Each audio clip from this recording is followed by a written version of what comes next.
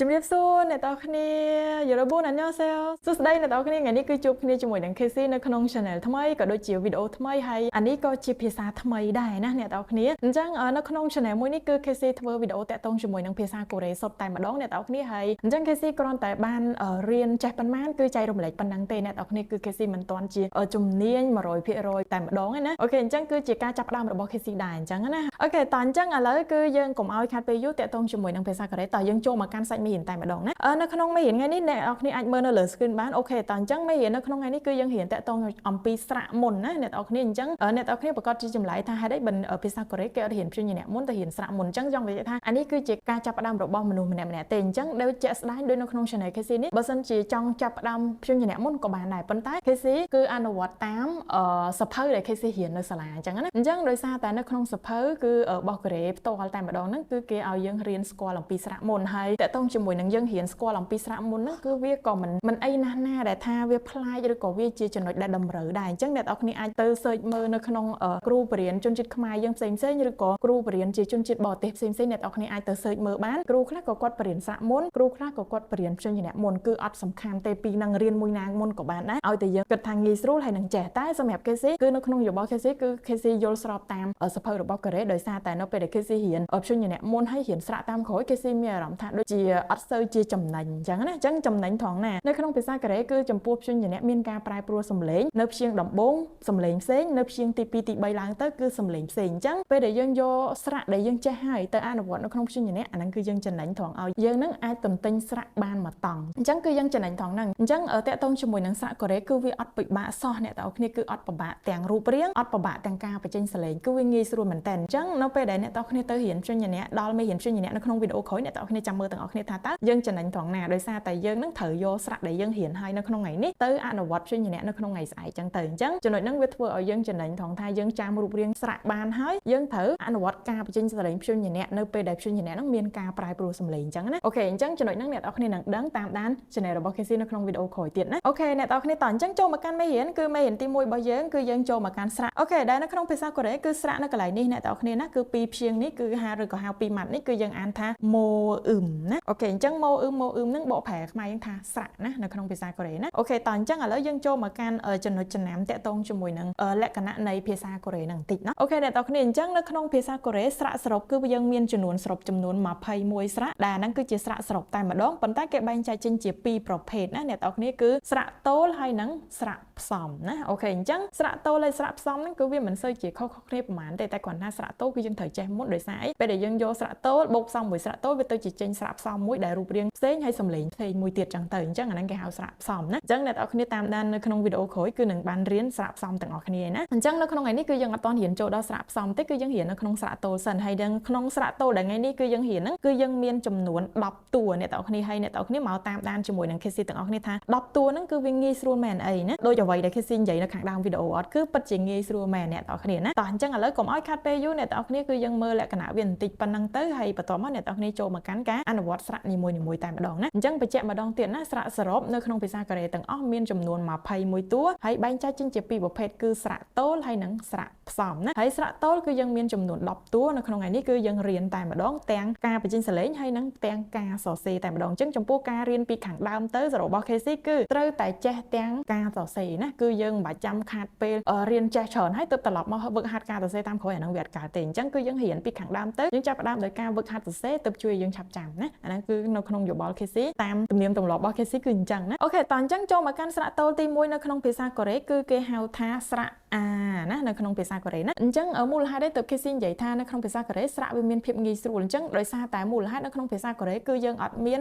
នបែងចែកថាស្រៈហ្នឹងត្រូវបញ្ចេញសលេងអូឬក៏បញ្ចេញសលេងខ្លីឬក៏បញ្ចេញសលេងស្រែកឬក៏វាអត់មានការបញ្ចេញសលេងផ្លាស់ប្ដូរទេអញ្ចឹងសំឡេងវាគឺធម្មតាដូចជាភាសាអង់គ្លេសឬក៏ភាសាខ្មែរយើងអញ្ចឹងគឺយើងអានស្រៈអាធម្មតាអញ្ចឹងដោយអក្សរអានៅក្នុងភាសាអង់គ្លេសអញ្ចឹងទៅវាដូចគ្នាអញ្ចឹងគឺយើងអត់មានគិតថាអូអាហ្នឹងត្រូវបញ្ចេញសលេងបែបម៉េចគឺយើងអត់មានគិតទេអញ្ចឹងអាហ្នឹងចំណុចហ្នឹងគឺជាចំណុចដែល ងាយស្រួលសម្រាប់យើងណាអូខេហើយមួយទៀតគឺតាក់ទងជាមួយនឹងវិធីសរសេរអ្នកទាំងអស់គ្នាត្រូវចេះតែម្ដងហើយវិធីសរសេរនៅក្នុងភាសាកូរ៉េទាំងស្រៈទាំងព្យញ្ជនៈគឺដូចគ្នាអ្នកទាំងអស់គ្នាវាមានភាពងាយស្រួលត្រង់តែអញ្ចឹងរូបរាងវាអត់សូវស្មុគស្មាញអញ្ចឹងរូបរាងវារៀងត្រង់ជ្រុងច្រើនណាអញ្ចឹងភាគច្រើនត្រង់ហ្នឹងគឺយើងទាញពីលើចុះក្រោមហើយពីឆ្វេងមកស្ដាំណាព្រោះដោយសារតែរូបរាងរបស់វាគឺអត់សូវមានភាពស្មុគស្មាញដូចភាសាដទៃទេណាយើងក៏លេខមកអាចឃើញនៅភាពខុសគ្នាលឿនតែម្ដងណាអូខេតោះអញ្ចឹងឥឡូវយើងចូលមកកាន់ការវឹកហាត់ការអានអញ្ចឹងអ្នកទាំងអស់គ្នាអាចមើលនៅក្នុងគំនូសដែល KC បានដាក់នេះឲ្យបានណាអ្នកទាំងអស់គ្នាគឺគំនូសនេះគឺ KC បានដាក់លេខ1លេខ2ឲ្យអ្នកទាំងអស់គ្នាអញ្ចឹងចំពោះស្រៈ A រូបរាងរបស់វាគឺបែបហ្នឹងណាអ្នកទាំងអស់គ្នាអញ្ចឹងយើងទៅសេមិនទៅយើងត្រូវទាញអាខ្លីនៅកណ្ដាលឡើងមុនឬក៏យើងទាញពីលើចុះក្រោមមុនអញ្ចឹងគំរូរបស់គេគឺទាញពីលើចុះក្រោមមុនណាអញ្ចឹងយើងទាញពីលើត្រង់មកអ្នកទាំងអស់គ្នាចំពោះអក្សរកូរ៉េអ្នកទាំងអស់គ្នាអាចសង្កេតបានគឺត្រង់ហ្នឹងច្រើនណាអូខេទាញពីលើចុះក្រោមមកហើយយើងទាញមកស្ដាំតិចមកណាអាហ្នឹងគឺត្រូវហើយណាអូខេបែបហ្នឹងណាគំនូសរបស់វាមានតែប៉ុណ្្នឹងទេអូខេយើងទាញពីលើចុះក្រោមហើយទាញមកស្ដាំបន្តិចឡើយហ្នឹងពាក់កណ្ដាលខ្លួនរបស់វាអញ្ចឹងណាដូច font របស់វាដែល KC ដាក់អញ្ចឹងទៅគឺការសរសេររបស់វាងាយស្រួលអញ្ចឹងណាអូខេអ្នកទាំងអស់គ្នាឃើញណាអញ្ចឹងលៃធ្វើមិនឲ្យបានស្អាតរូបរាងយើងស្រឡាញ់អញ្ចឹងទៅអញ្ចឹងយើងកុំឲ្យទៅសេវែងពេកខ្លីពេកឬក៏មើលទៅរូបរាងវាអត់សូវស្អាតអញ្ចឹងអាហ្នឹងគឺយើងអាចកែច្នៃតាមហ្នឹងណាតាមអ្វីដែលយើងស្រឡាញ់តាមអ្វីដែលយើងគិតថាមើលទៅស្អាតណាអូខេតោះអញ្ចឹងចំពោះស្រៈទី1នេះគឺគេហៅថាស្រៈ A ណាអ្នកទាំងអស់គ្នាអញ្ចឹងអ្វីដែលអ្នកទាំងអស់គ្នាត្រូវគិតមួយទៀតហ្នឹងគឺស្រៈ A ហ្នឹងគឺអ្នកទាំងអស់គ្នាត្រូវគិតថាតើទៅសេនៅបន្ទាប់ព្យញ្ជនៈឬក៏ទៅសេមុនព្យញ្ជនៈពេលដែលយើងចង់ផ្សំមួយព្យញ្ជនៈអញ្ចឹងឧទាហរណ៍ព្យញ្ជនៈមួយគឺព្យញ្ជនៈនេះគឺយើងអត់បានរៀនទេអញ្ចឹងគឺគ្រាន់តែឧទាហរណ៍ឲ្យអ្នកទាំងអស់គ្នាឃើញមួយគឺKiok ណាអញ្ចឹងព្យញ្ជនៈ Kiok នេះគឺអ្នកទាំងគ្នាគិតថាតើដាក់ស្រៈ A មុនឬក៏យើងសរសេរបន្ទាប់ពីព្យញ្ជនៈអញ្ចឹងចង់បញ្ជាក់ថាអ្នកទាំងគ្នាអាចកលេចមកមើលនៅកន្លែងដែលចំណុច KC ចំណាំឡើយនេះបានណាថានៅពេលដែលយកទៅប្រើហ្នឹងគឺយើងត្រូវសរសេរបែបនេះអញ្ចឹងចំណុចឡើយនេះពេលដែល KC សរសេរបែបហ្នឹងគឺមានលក្ខណៈពិសេសឲ្យអ្នកទាំងគ្នាយកទៅគិតបានពីរទី1គឺស្រៈ A នៅពេលដែលសរសេរគឺអាកន្លែងមូលនេះអាចតំណាងថាហ្នឹងគឺជាទីតាំងរបស់ព្យញ្ជនៈណាអញ្ចឹងគឺអ្នកទាំងគ្នាអាចដឹងថាសរសេរព្យញ្ជនៈមុនបន្ទាប់មកទើបដាក់ស្រៈ A តាមក្រោយណាអាហ្នឹងគឺលក្ខណៈពិសេសទី1ដែល KC ដាក់ណាហើយលក្ខណៈពិសេសទី2គឺនៅពេលដែលពាក្យដែលផ្ដើមចេញដោយស្រៈហ្នឹងតែម្ដងដែលគេហៅពាក្យហ្នឹងគឺវាផ្ដើមចេញដោយសំឡេង A តែម្ដងអញ្ចឹងពាក្យកូរ៉េមានច្រើនណាដូចឧទាហរណ៍ពាក្យថា A hope ណាអញ្ចឹង A hope ហ្នឹងគឺយើងផ្ដើមដោយ A ហ្នឹងតែម្ដងអញ្ចឹងផ្ដើមដោយ A ហ្នឹងគឺគេមិនមែនយកតែស្រៈ A ទៅទេហ្នឹងទៅប្រើទេគឺត្រូវមានអាមូលហ្នឹងមួយដែលមូលហ្នឹងគឺជាព្យញ្ជនៈដែលអត់សំឡេងអញ្ចឹងតើតែយកអាព្យញ្ជនៈអត់សំឡេងហ្នឹងទៅដាក់ទៅយើងអាចប្រើស្រៈ A ហ្នឹងជាពាក្យបានអញ្ចឹងបែបនេះអញ្ចឹងអាហ្នឹងមិនអាចសរសេរជាពាក្យបាននៅពេលដែលអ្នកទាំងអស់គ្នាពាក្យណាដែលត្រូវផ្សំដោយ A អញ្ចឹងទៅអញ្ចឹងដូច A E A hope អីចឹងទៅអាហ្នឹងចំណុចហ្នឹងគឺជាចំណុចដែលពិសេសត្រង់ឲ្យអ្នកទាំងអស់គ្នាចាំថាស្រៈ A គឺបែបហ្នឹងណាអញ្ចឹងមានចំណុចពិសេសពីរដែលគេស៊ីដាក់នៅក្នុងចំណុចហ្នឹងណាមិនមែនដាក់អញ្ចឹងហើយអ្នកទាំងអស់គ្នាអត់យល់ថាតើគេស៊ីដាក់អញ្ចឹងមកដើម្បីអីទេណាអញ្ចឹងវាមានលក្ខណៈពិសេសពីរត្រង់ហ្នឹងណាអូខេអ្នកទាំងអស់គ្នាអញ្ចឹងចំពោះស្រៈ A គឺយើងមានប៉ុណ្ណឹងអ្នកទាំងអស់គ្នាគឺយើងត្រូវចំណាំពីលក្ខណៈពិសេសរបស់ស្រៈនីមួយៗនៅក្នុងភាសាកូរ៉េបែបហ្នឹងណាតោះអញ្ចឹងឥឡូវយើងចូលមកកាន់ស្រៈទី2ម្ដងណាអូខេតោះស្រៈទី2គឺងាយអ្នកទាំងអស់គ្នាគឺស្រៈថាយ៉ាណាអញ្ចឹងបានន័យថាយើងរៀនស្រៈ A ហើយចូលមកដល់ស្រៈយ៉ាម្ដងណាអញ្ចឹងគេអានថាអាយ៉ាណាតិចទៀតគឺរៀនហើយទាំងអស់គឺគេនឹងអានឲ្យអ្នកទាំងអស់គ្នាម្ដងទៀតណាអញ្ចឹងចូលមកកាន់ស្រៈទី2សិនគេហៅថាស្រៈយ៉ាអញ្ចឹងពេលដែលអ្នកទាំងអស់គ្នារៀនដំបូងគឺយើងអាចសរសេរស៊ីញខ្មែរចំណាំតិចតួចបានព្រោះដោយសារយើងអត់ទាន់ចាំអញ្ចឹងយើងអាចសរសេរចំណាំបានអត់បញ្ហាទេណាតើតោងជាមួយនឹងស្រៈយ៉ានេះអ្នកទាំងអស់គ្នាគឺអ្នកទាំងអស់គ្នាអាចទៅលេខមកមើលរូបរាងរបស់វាបានណានេះរូបរាងវាអញ្ចឹងគឺអ្នកទាំងអស់គ្នាមើលថាតើយើងគួរសរសេរមិនអញ្ចឹងណាអញ្ចឹងស្រៈយ៉ាហ្នឹងគឺគេសរសេរដូចអាស្រៈ A មិនអញ្ចឹងគឺទាញពីលើចុះក្រោមដូចគ្នាប៉ុន្តែវាមានទាញមកស្ដាំហ្នឹងពីរអញ្ចឹងអ្នកទាំងអស់គ្នាត្រូវលៃធ្វើម៉េចឲ្យវាស្មើគ្នានៅកណ្ដាលណាយើងកុំដាក់វាទៅលើពេកឧទាហរណ៍លើចេះឬក៏អ្នកទាំងអស់គ្នាដាក់វារៀងក្រោមចេះពេកអញ្ចឹងអាហ្នឹងគឺពេលខ្លះយើងមើលមកវាមិនសូវស្អាតអញ្ចឹងណាពេលមិនសូវស្អាតយើងកុំទៅសេអញ្ចឹងយើងទៅសេធ្វើម៉េចឲ្យចេញមកវាស្អាតតាមអ្វីដែលយើងចង់បានហ្មងទៅណាអូខេអញ្ចឹងយើងធ្វើម៉េចលៃវាអាពីរហ្នឹងគឺត្រូវនៅកណ្ដាលធ្វើម៉េចឲ្យដូច font របស់គេអញ្ចឹងណាឃើញទេអ្នកទាំងអស់គ្នាអញ្ចឹងស្រៈមួយហ្នឹងគឺការសរសេររបស់វាគឺងាយស្រួលអញ្ចឹងអ្នកទាំងអស់គ្នាអាចមើលបានឃើញវាត្រង់អញ្ចឹងណាវាទាញត្រង់អញ្ចឹងអាហ្នឹងគឺស្រៈនៅក្នុងភាសាកូរ៉េហើយណាអូខេតោះគេស៊ីទាញឲ្យម្ដងទៀតណាតោះអញ្ចឹងយើងវាហាត់សរសេរទាំងអស់គ្នាបែបហ្នឹងមកអូខេបែបហ្នឹងមកអាហ្នឹងគេហៅស្រៈយ៉ាយតោះនេះអ្នកទាំងអស់គ្នាអញ្ចឹងគឺយើងអានបែបហ្នឹងមកណាគឺយើងអានយ៉ាហើយបើពេលអ្នកទាំងអស់គ្នារៀនហើយទាំងអស់ហ្នឹងគឺអានដោយអ្វីដែល KC អានតគ្នាអញ្ចឹងអាយ៉ាឃើញទេអាយ៉ាអញ្ចឹងចំណុចហ្នឹងគឺដូចគ្នាអ្នកទាំងអស់គ្នាក៏លេខមកមើលខាងក្រោមមកគឺ KC មានដាក់ចំណុចចំណាំដូចគ្នាអញ្ចឹងស្រៈយ៉ាហ្នឹងក៏ដូចគ្នាគឺពេលដែលយើងសរសេរគឺត្រូវសរសេរនៅបន្ទាប់ពីព្យញ្ជនៈណាសរសេរបន្ទាប់នៅពីព្យញ្ជនៈហើយពេលដែលយើងយកស្រៈហ្នឹងទៅបង្កើតជាពាក្យដូចចាប់ផ្ដើមដោយយ៉ាឬក៏និយាយទៅមានពាក្យយ៉ានៅក្នុងភាសាកូរ៉េគឺការសរសេរត្រូវមានអាមូលគេហៅថាព្យញ្ជនៈអត់សំឡេងហ្នឹងមកអញ្ចឹងនៅពេល ដែលអ្នកទាំងអស់គ្នាចូលទៅកាន់ដល់មេរៀនបន្តដូចថាយើងរៀនស្រាក់ហើយរៀនព្យញ្ជនៈហើយគឺយើងរៀនពីវិធីប្រកបអានហើយគឺអ្នកទាំងអស់គ្នានឹងដឹងពីចំណុចហ្នឹងថាហេតុអីបានមានអាមូលជាព្យញ្ជនៈអត់សំឡេងហ្នឹងមកអញ្ចឹងព្យញ្ជនៈអត់សំឡេងហ្នឹងគឺត្រូវតែមានណានៅពេលដែលអ្នកទាំងអស់គ្នាយកស្រាក់មួយហ្នឹងទៅធ្វើជាពាក្យណាតែបើសិនជាយើងយកស្រាក់មួយហ្នឹងសំមួយព្យញ្ជនៈអាហ្នឹងធម្មតាណាអ្នកទាំងអស់គ្នាបាត់អាមូលហ្នឹងវិញដូចឧទាហរណ៍ព្យញ្ជនៈខីយកគឺ KC ដាក់មកម្ដងទៀតនេះយើងដាក់មកស្រៈយ៉ាអញ្ចឹងមកនេះគឺបែបហ្នឹងអញ្ចឹងបាត់អាមូលហ្នឹងបាត់ហើយតោះណាអញ្ចឹងចំណុចដែល KC ដាក់ហ្នឹងវាមានចំណុចពិសេស2នៅក្នុងហ្នឹងឲ្យអ្នកទាំងអស់គ្នាណាអូខេអញ្ចឹងស្រៈទី2គឺមានប៉ុណ្ណឹងណាអ្នកទាំងអស់គ្នាហើយដោយអ្វីដែល KC បញ្ជាក់អញ្ចឹងគឺស្រៈរបស់គេគឺងាយមែនតើនៅក្នុងភាសាកូរ៉េអត់សូវពិបាកទេអញ្ចឹងឥឡូវយើងចូលមកកាន់ស្រៈទី3ណាតោះចូលមកកាន់ស្រៈទី3អ្នកទាំងអស់គ្នាឃើញតសេអញ្ចេះវាផ្ទុយជាមួយនឹងស្រៈទី1គឺស្រៈ A យើងមិញគឺវាផ្ទុយគ្នាពីស្រៈ A យើងមិញអញ្ចឹងឥឡូវចូលមកកាន់ស្រៈទី3នេះគឺគេហៅថាស្រៈ អណាអញ្ចឹងស្រៈ អនៅក្នុងភាសាកូរ៉េអ្នកទាំងអស់គ្នាអាចមើលបានគឺវាប្រច្រាស់គ្នារូបរាងវាគឺផ្ទុយគ្នាជាមួយស្រៈ A ដែលយើងរៀនឲ្យមិញអញ្ចឹងគឺអត់បញ្ហាទេវាអត់មានទៅណាឆ្ងាយក្រៅពីយើងគឺទន្ទិញទេអញ្ចឹងពេលដែលយើងរៀនភាសាថ្មីគឺយើងដាច់ខាតត្រូវតែទន្ទិញនឹងឯងណាអញ្ចឹងចំពោះនេះគឺអ្នកទាំងអស់គ្នាមើលគំនូសណាយើងអត់មានទាញពីលើចុះក្រោមមុនទេដោយសារតែស្រៈ អហ្នឹងវាផ្ដើមចេញពីឆ្វេងមកស្ដាំនឹងមុនអញ្ចឹងគឺគំនូសរបស់គេត្រូវឲ្យយើងអូសអាគំនូសនឹងមួយសិនបន្ទាប់មកទៅអូសពីលើចុះក្រោមចេះណាអូខេតោះនេះអញ្ចឹងអូម្ដងទៀតណាដោយសារគេស៊ីសេអត់សូវត្រង់អញ្ចឹងអូម្ដងទៀតឲ្យអ្នកទាំងគ្នាមើលបែបហ្នឹងណាអញ្ចឹងគំនូសរបស់គេគឺត្រូវអូសពីឆ្វេងមកស្ដាំអាទាញនៅកណ្ដាលនឹងមុនណាហើយបន្ទាប់មកទៅអូសពីលើចុះក្រោមមកអញ្ចឹងអ្នកទាំងគ្នាអាចមើលពីការសរសេររបស់គេស៊ីបានណាអូខេបែបហ្នឹងណាអូខេតោះចឹងចំពោះការសរសេររបស់វាគឺងាយស្រួលទេអ្នកទាំងគ្នានេះមើលបែបហ្នឹងមកគឺទាញធ្វើម៉េចឲ្យត្រង់មកណាដោយសារគេសរសេរលើនេះវាអត់សូវបានត្រង់ 100% អញ្ចឹងអ្នកទាំងគ្នាអាចវឹកហាត់ការសរសេរត្រង់ណាអូខេអញ្ចឹងគឺត្រូវទិញណាគឺស្រៈ អណាអញ្ចឹងអត់មានច្រឡំគ្នាណាពេលគេសិរៀនដបងនៅពេលដែលអត់ច្បាស់គឺច្រឡំហើយមិនដឹងថាហ្នឹងជាស្រៈ A ឬក៏ជាស្រៈ អអញ្ចឹងគឺវាត្រូវទាមទារការទន្ទិញពីយើងឲ្យច្បាស់ណាអូខេតោះអញ្ចឹងដូចគ្នាអ្នកទាំងគ្នាក៏លេខមកមើលពេលដែលយើងយកទៅប្រើអញ្ចឹងពេលដែលយើងយកមកប្រើហ្នឹងគឺប្រើអញ្ចឹងចំពោះស្រៈ អហ្នឹងក៏ដូចគ្នាគឺពេលដែលយើងសរសេរត្រូវសរសេរបន្ទាប់ពីព្យញ្ជនៈដូចគ្នាណាអញ្ចឹងអានេះគឺអ្នកទាំងគ្នាសរសេរព្យញ្ជនៈមុនតមកទៅដាក់ស្រៈ អតាមក្រោយអញ្ចឹងណាអញ្ចឹងគឺក៏លេខមើលនៅកន្លែងហ្នឹងណាហើយស្រៈ អហ្នឹងក៏ដូចគ្នាគឺយើងពេលដែលយកទៅប្រើជាពាក្យយើងអានបញ្ចេញសលេងចេញអអញ្ចឹងអាហ្នឹងគឺត្រូវមានអាមូលហ្នឹងគឺហៅថាព្យញ្ជនៈអត់សំឡេងអញ្ចឹងអាហ្នឹងគឺទីទៀតយើងនឹងចេះហើយណាបើចាំតន់ខ្វល់ទេណាឥឡូវចាំតែរូបរាងស្រៈ អឲ្យចាំសិនទៅបានហើយណាហើយគ្រាន់ដឹងទីតាំងថាស្រៈ អហ្នឹងដាក់នៅកន្លែងណាណាបន្ទាប់ពីព្យញ្ជនៈឬក៏មុនព្យញ្ជនៈណាអូខេអញ្ចឹងប៉ុណ្ណឹងណាចំពោះស្រៈ អអូខេអញ្ចឹងតោះយើងចូលមកកាន់ស្រៈទី4តែម្ដងណាងាយអ្នកទាំងគ្នាតោះស្រៈទី4គឺអ្នកទាំងគ្នាអត់ពិបាកសោះតែម្ដងគឺដោយសារតែវានឹងផ្ទុយគ្នាជាមួយនឹងស្រៈទី2មុនហ្នឹងមិញអញ្ចឹងស្រៈទី2ដែលយើងរៀនមុនហ្នឹងគេហៅថាស្រៈអីគេគឺស្រៈយ៉ាទៅហ៎អញ្ចឹងដល់ពេលចូលមកកាន់ស្រៈទី4នេះវាផ្ទុយគ្នាអញ្ចឹងវាមកពីអាស្រៈទី3សំឡេងវាគឺគេហៅថាស្រៈយ៉ឃើញទេអញ្ចឹងបើសិនជាពេលគេអានចាអាយ៉ាអយ៉ឃើញទេអញ្ចឹងគឺការបញ្ចេញសលេងរបស់វាគឺងាយបែបហ្នឹងហើយរូបរាងវាក៏អត់ស្មុគស្មាញឲ្យយើងពិបាកចាំដែរតោះណាអញ្ចឹងឥឡូវអ្នកទាំងគ្នាយើងចូលមកកាន់ការវឹកហាត់ការសរសេរសិនណាហើយបន្ទាប់មកយើងរៀនអានណាអញ្ចឹងស្រៈយ៉ានេះគឺដូចគ្នាអ្នកទាំងគ្នាមើលគំនូសគឺយើងទាញពីឆ្វេងទៅស្ដាំនេះ2សិនណាទាញអាគំនូសថងពីឆ្វេងទៅស្ដាំនេះ2សិនបន្ទាប់មកទៅអូសពីលើមកនេះឃើញទេអញ្ចឹងគឺបញ្ជាក់ម្ដងទៀតអ្នកទាំងគ្នាអូសថងមកណាដោយសារតែ KCO នៅលើ screen នេះវារៀងអត់សូវត្រង់ហើយវារៀងរអិលអ្នកទាំងគ្នាអញ្ចឹងគឺអ្នកទាំងគ្នាអូសឲ្យត្រង់មកណាម្ដងទៀតអូខេបែបហ្នឹងមកណាអញ្ចឹងអ្នកទាំងគ្នាសរសេរធ្វើមកឲ្យដូច font មកឲ្យស្អាតមកណាអូខេតោះបែបហ្នឹងណាអញ្ចឹងនេះគឺរៀងសរសេរលឿនបន្តិចណាគឺអ្នកទាំងគ្នាវឹកហាត់សរសេរធ្វើមកអូសឲ្យត្រង់ស្អាតមកអញ្ចឹងស្រៈដែលយើងសរសេរបែបហ្នឹងគឺយើងអានថាស្រៈយ៉ណាអញ្ចឹងអ្នកទាំងគ្នាកុំឲ្យភ្លេចគឺបន្តិចដូច KC បញ្ជាក់អញ្ចឹងអាយ៉ា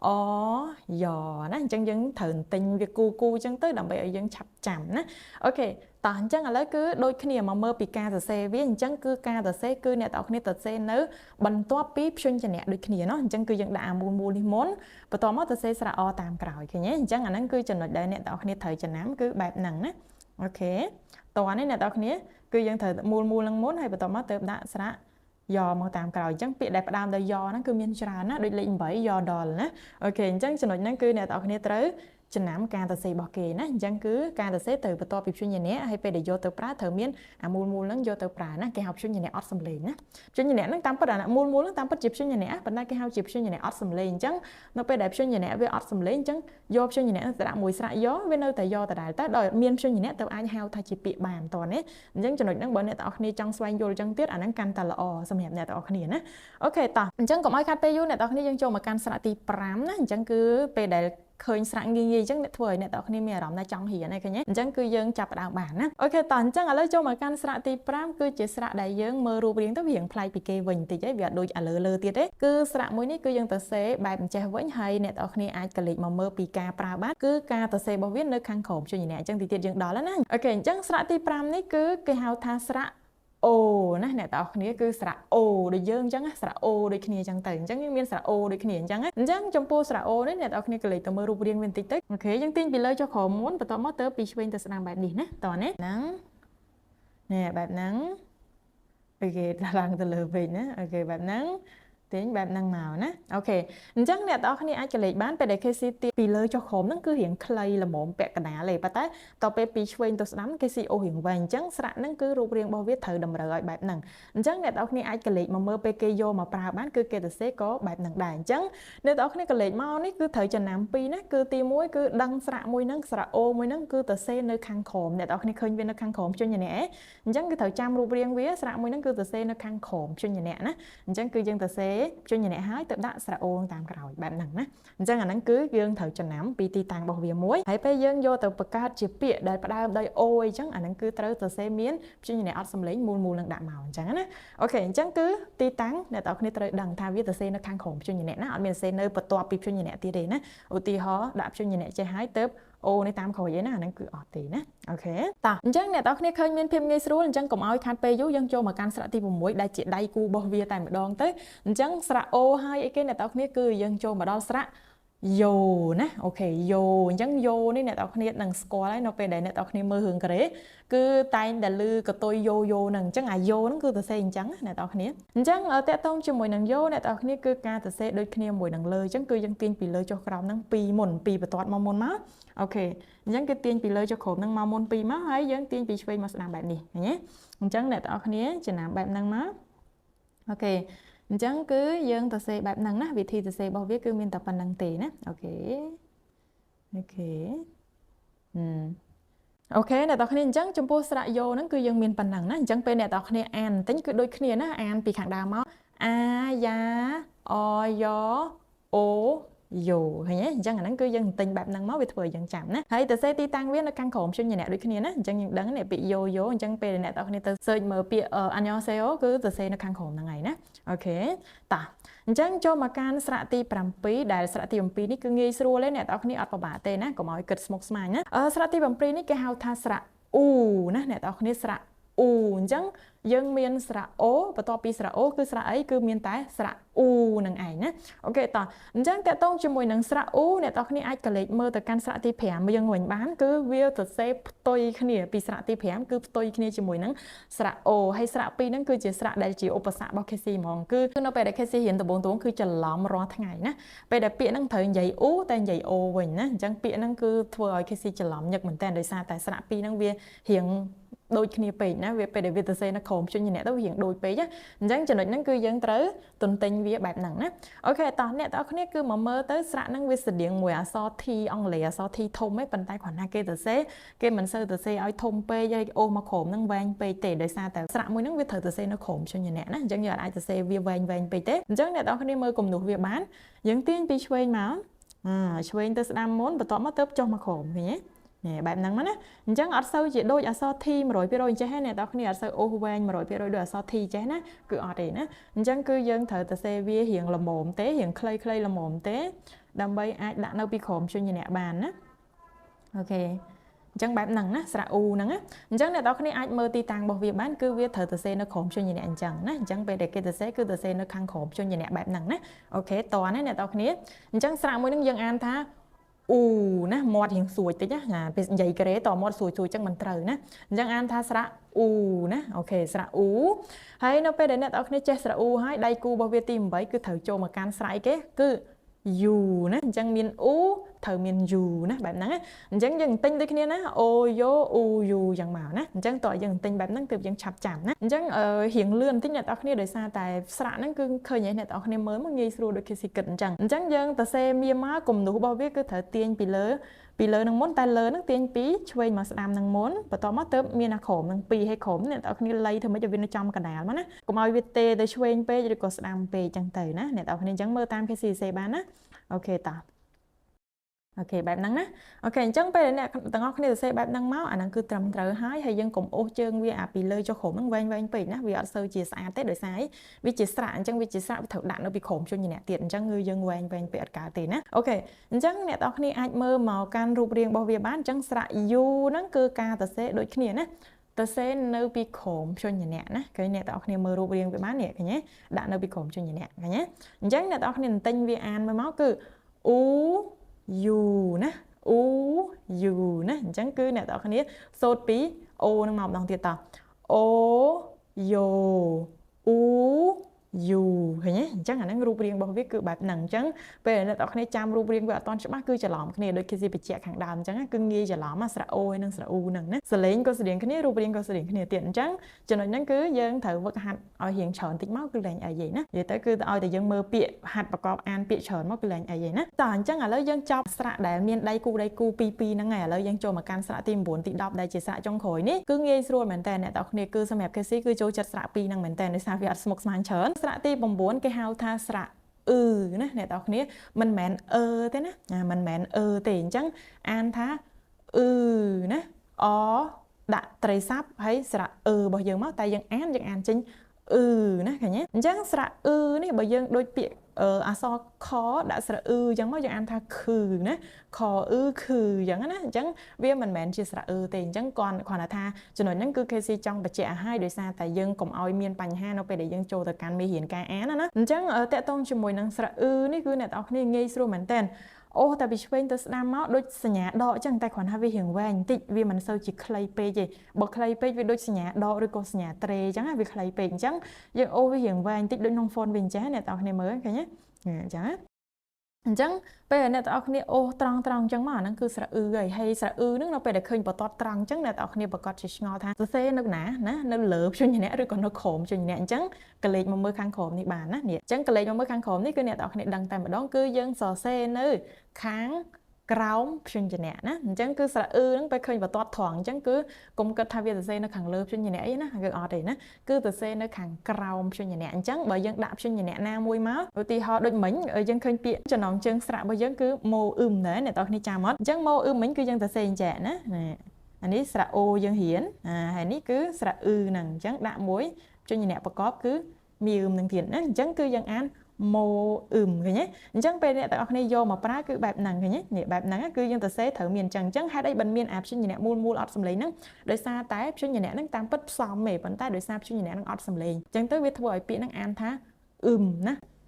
បូកជាមួយនឹងព្យញ្ញៈប្រកបអក្សរមីនេះមកគឺស្មើនឹងអក្សរម៉ូយើងអញ្ចឹងអានថាឃើញទេអញ្ចឹងការប្រកបរបស់វាគឺអត់សូវមានភាពស្មុគស្មាញច្រើនទេអ្នកទាំងគ្នាប៉ុន្តែវាមានចំណុចចំណាំពិសេសដែលខុសប្លែកពីភាសាផ្សេងណាអញ្ចឹងអ្នកទាំងគ្នាគឺចាំតាមដាននៅក្នុងវីដេអូក្រោយៗណាគឺ KC បានត្រៀមមេរៀនឲ្យអស់ហើយប៉ុន្តែគាត់ថាកុំភ្លេចជួយ Subscribe Channel របស់ KC ផងណាអូខេតោះអញ្ចឹងឥឡូវយើងមកមើលស្រៈហើយអញ្ចឹងការអានគឺយើងអត់មានអានដូចលើទៀតទេគឺវាមានតែស្រៈនឹងមួយឯងអញ្ចឹងអត់មានស្រៈយឺទេណាអ្នកទាំងគ្នាអត់មានទេណាអត់មានស្រៈយឺទេណាអញ្ចឹងមានតែស្រៈនឹងមួយទេម្នាក់ឯងអូខេអ្នកទាំងគ្នាអញ្ចឹងឥឡូវយើងចប់ស្រៈយើងចូលមកកាន់ស្រៈចុងក្រោយតែម្ដងដែលអ្នកទាំងគ្នាកលេចមកឃើញបន្ទាត់ត្រង់តែម្ដងគឺងាយមែនតើអ្នកទាំងគ្នាគឺស្រៈមួយនេះគេហៅថាស្រៈ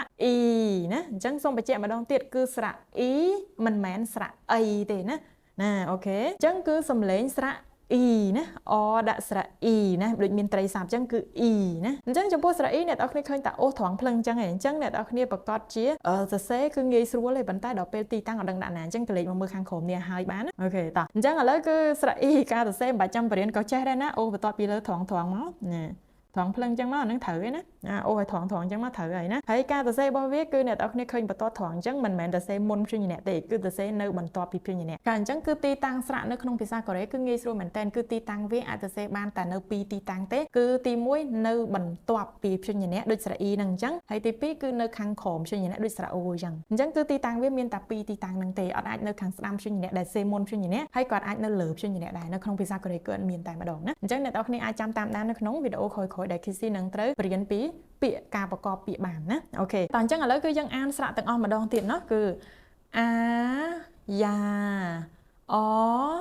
យ៉អូយ៉ូអ៊ូយូអ៊អ៊ីម្ដងទៀតអាយ៉ាអយ៉អូយ៉ូ u u ư